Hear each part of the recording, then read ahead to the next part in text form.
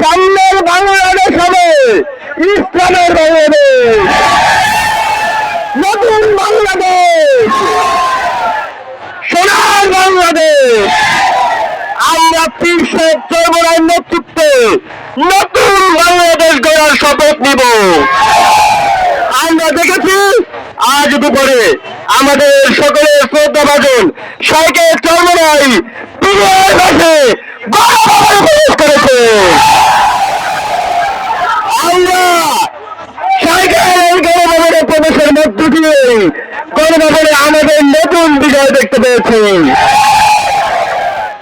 আমরা উপস্থিত সকলকে আবারও আহ্বান করছি, আমাদের দাবি পূরণ হয়েছে, বাংলাদেশে নতুন সূর্য উঠেছে।